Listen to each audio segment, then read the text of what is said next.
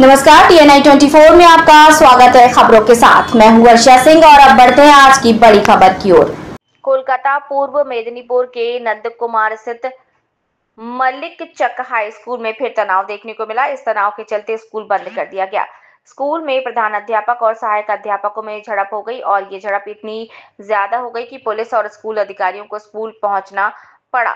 इससे पहले भी स्कूल में प्रधान अध्यापक और सहायक अध्यापकों के बीच तनाव की खबरें कई बार सामने आ चुकी है। घटना की शुरुआत तब हुई जब स्कूल का एक रिटायर्ड ग्रुप डी कर्मचारी कुछ समय से प्रधान अध्यापक के कहने पर स्कूल आ रहा था। ग्रुप डी कर्मचारी ने आरोप लगाया कि सहायक प्राध्यापकों ने स्कूल का कमरा और डस्टबिन साफ कराया। इस गतिविधि से उसने खुद को अपमानित महसूस किया और उन्होंने प्रधान अध्यापक से शिकायत की। इस मुद्दे को लेकर स्कूल परिसर में तनाव फैल गया और प्रधान अध्यापक और अध्यापकों में हाथापाई हो गई। अभिभावकों ने स्कूल शुरू होने से पहले ही गेट पर ताला लगाकर प्रदर्शन किया। इस घटना से इलाके में व्यापक आक्रोश फैला। সমস্যাটা অনেক দিনেরই সমস্যাটা বেশ কয়েক বছর চলছে বললে ভুল কথা। প্রবলেমটা এইচএম কে নিয়ে। যখন আমি 2021 সালে জয়েন করি তখন হালকা হালকা শুনতাম যে এইচএম একটু নন কোঅপারেটিভ মোডে থাকেন, ঠিক আছে, তারপর চলছিল, এরকম প্রবলেম অ্যারাইজ করেনি। ঘটনা হচ্ছে যে এইচএম ট্রান্সফার নিয়ে উচ্চশ্রী ট্রান্সফার নিয়ে উনি চলে গেছিলেন সম্ভবত 2021-এর দিকে। তারপর উনি আবার ব্যাক করেন 2024-এর অগাস্টে। তারপর থেকে প্রবলেম হয়েছে। এবার যেহেতু এমসি আছে, আমি তো অ্যাডমিনিস্ট্রেটর নয়, আমি এমসির একজন সাধারণ সদস্য, আমার এখতিয়ার খুবই কম। তো এটা নিয়ে ওনাদের ঝামেলা হচ্ছে, সমস্যা হচ্ছে, কানে এসছে। তো মিড ডে মিল নিয়ে প্রচুর ঝামেলা হয়। তখন আমাকে বিডিও স্যার বলেন যে মিড ডে মিলটা দেখুন কি হচ্ছে না হচ্ছে। সেখানে আমি বসার চেষ্টা করেছিলাম, টিচার নন টিচার এইচএম সবাইকে নিয়ে, সেখানেও কিন্তু ভন্ডুল হয়ে যায়, বসা হয়নি। অশ্রাব্য গালাগালিজ মুখের ভাষায় এইচএম বাধ্য হন বা যাই হোক এইচএম বেরিয়ে যান রুম থেকে।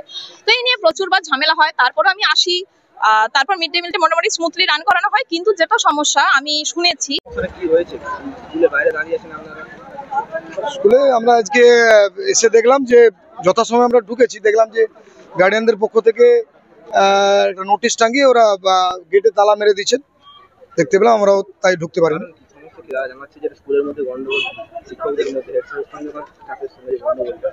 না, ওনাদের কথা শুনে মনে হলো যে হেডমাস্টারের সঙ্গে আমাদের সহশিক্ষকদের একটা সমস্যা নাকি রয়েছে, এতে পঠন পাঠন বিঘ্নিত হচ্ছে। হ্যাঁ, নিশ্চিতভাবে আমিও গার্ডিয়ানদের সঙ্গে সহমত। হেডমাস্টারের সঙ্গে একটা আমাদের সমস্যা রয়েছে, কারণ আমাদের যিনি মাননীয় তারাপদ বাবু হেডমাস্টার হিসেবে এসেছেন, গত 3 বছর ধরে আমি টিচার ইনচার্জ ছিলাম।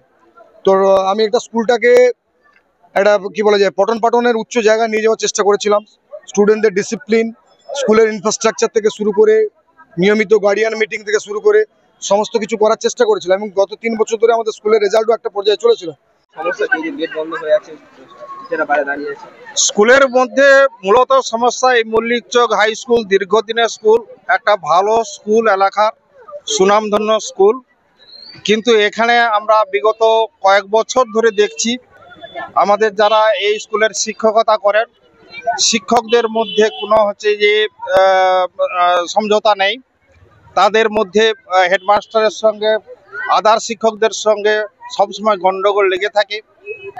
কিছুদিন আগে এই শিক্ষক, আমাদের এই স্কুলের প্রধান শিক্ষক মহাশয়, তিনি ট্রান্সফার নিয়ে চলে গেছিলেন অন্য স্কুলে, কিন্তু হাইকোর্টের অর্ডারে তিনি আবার এই স্কুলে ফিরে আসার পর আমরা লক্ষ্য করে দেখেছি যে এই হেডমাস্টারের সঙ্গে ও আদার্স যে সমস্ত সহশিক্ষকরা আছেন তাদের সঙ্গে কোনো সমন্বয় নেই, যার জন্য স্কুলে বারবার গন্ডগোল হচ্ছে।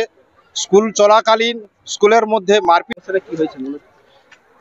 দুর্ভাগ্যের বিষয়, মল্লিক চক অমর স্মৃতি বিদ্যাপীঠে কয়েকজন মাস্টারমশাই চক্রান্ত করে আমাকে এখান থেকে তাড়াতে চাইছে।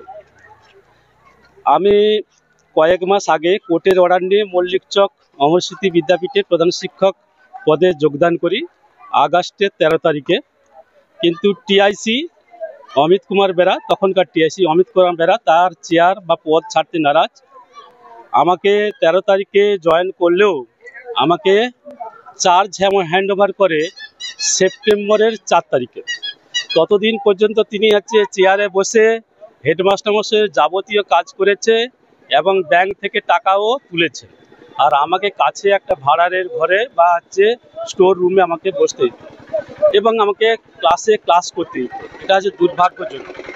স্কুলে আমি জয়েন করি